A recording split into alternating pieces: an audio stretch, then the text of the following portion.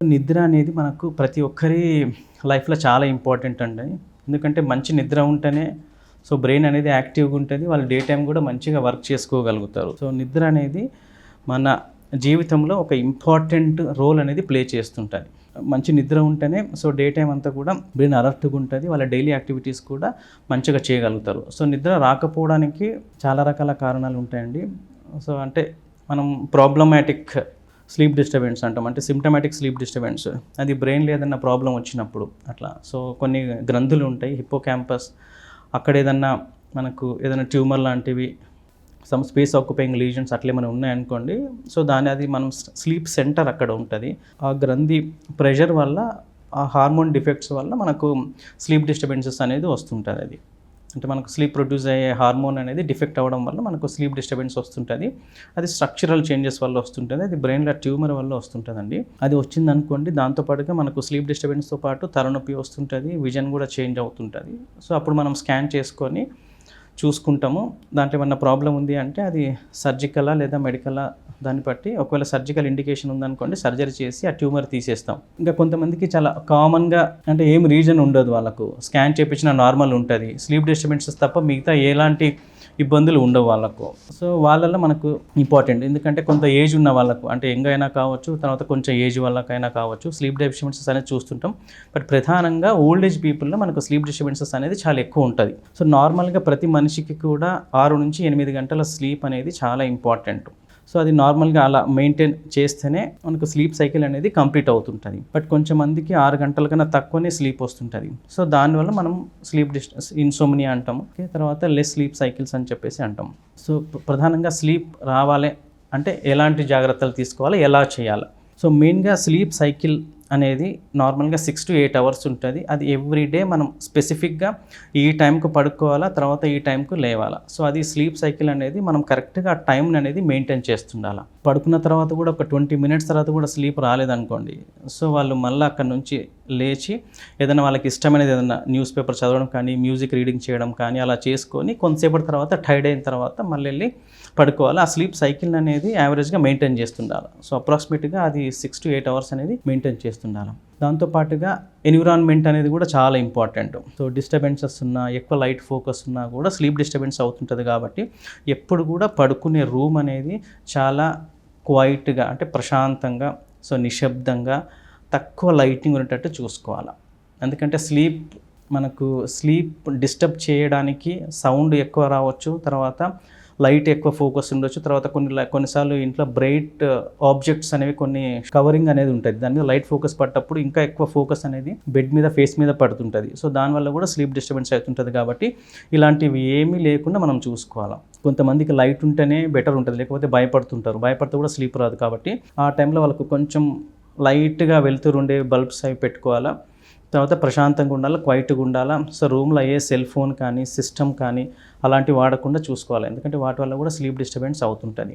దాంతోపాటు కూడా ఫుడ్ తీసుకునేది, హెవీ మీల్స్ తీసుకున్నారనుకోండి, తర్వాత ఏం తినకుండా ఉన్నారనుకోండి, దానివల్ల కూడా స్లీప్ డిస్టర్బెన్స్ అవుతుంటుంది. కాబట్టి నార్మల్ లైట్ ఫుడ్ తీసుకోవాలా. తర్వాత స్మోకింగ్ చేసినప్పుడు ఆ టైంలో, తర్వాత ఎక్సెసివ్ ఎక్సర్సైజెస్ చేసినప్పుడు, తర్వాత ఆల్కహాల్ తీసుకున్నప్పుడు కూడా స్లీప్ డిస్టర్బెన్సెస్ అవుతుంటుంది. ఆల్కహాల్ తీసుకుంటే ఇనీషియల్గా స్లీప్ వస్తుంటుంది, కానీ లేటర్గా వచ్చే స్లీప్ సైకిల్ దానివల్ల డిస్టర్బ్ అవుతుంటుంది. ఓన్లీ వాళ్ళకు స్లీప్ అనేది ఇండ్యూస్ అవుతుంటుంది, అంటే స్లీప్ వెంటనే వస్తుంటుంది, కానీ 2-3 hours తర్వాత స్లీప్ రాదు వాళ్ళకు. అంటే late stage of sleep cycle అనేది దానివల్ల డిస్టర్బ్ అవుతుంటుంది. కాబట్టి ఆల్కహాల్ క్వాంటిటీ కూడా మనం తగ్గించాలా. నికోటిన్ కానివ్వండి, స్మోకింగ్ కానివ్వండి, అవన్నీ 3 ఎలివేటర్స్ కిందకి తీసుకుంటాం. దానివల్ల స్లీప్ అంటే బ్రెయిన్ అనేది అది యాక్టివ్ చేస్తుంది.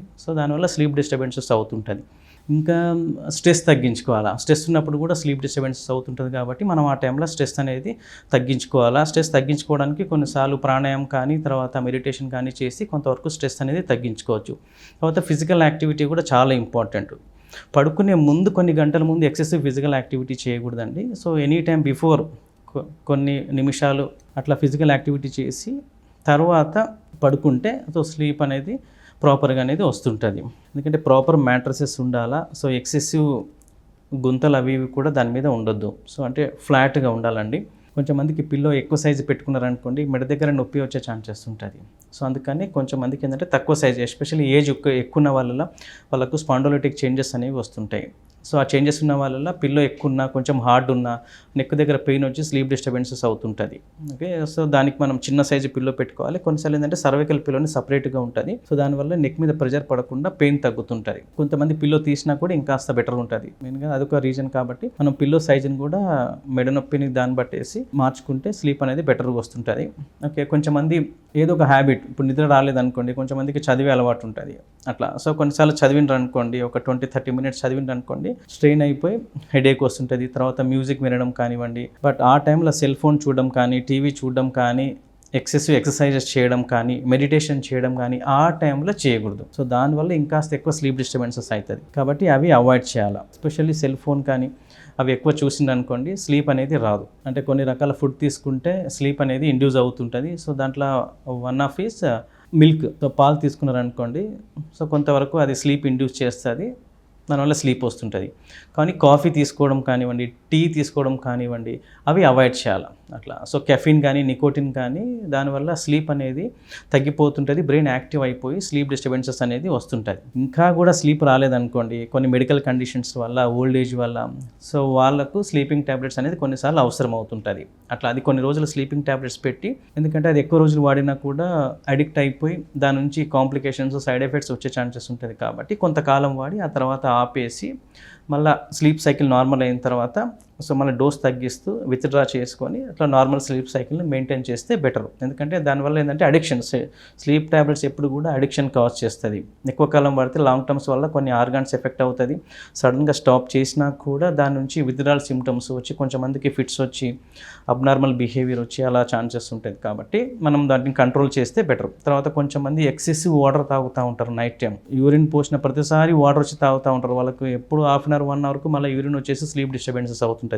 ఎస్పెషల్లీ ఓల్డ్ ఏజ్ వాళ్ళలో, ఎందుకంటే వాళ్ళ బ్లాడర్ క్వాంటిటీ చాలా చిన్నగా ఉంటుంది. కొంచెంమందికి డయాబెటిక్స్ ఉంటుంది, తర్వాత యూరిన్ ఇన్ఫెక్షన్ కూడా వస్తుంటుంది. అట్లా వాళ్ళు ఎంత ఎక్సెసివ్ వాటర్ తాగుతూ ఉంటే అంత ఫ్రీక్వెంట్గా యూరినేషన్కి అనేది వెళ్తూ ఉంటారు. కాబట్టి తక్కువ quantity water, day time water తాగవచ్చు, బట్ నైట్ టైం మాత్రం ఎంత లిమిట్గా రిస్ట్రిక్ట్ చేసి వాటర్ క్వాంటిటీని చేస్తే అంత యూరినేషన్ తగ్గుతుంటుంది. వాళ్ళ స్లీప్ డిస్టర్బెన్స్ అనేది కూడా ప్రాపర్గా మెయింటైన్ అవుతుంటుంది.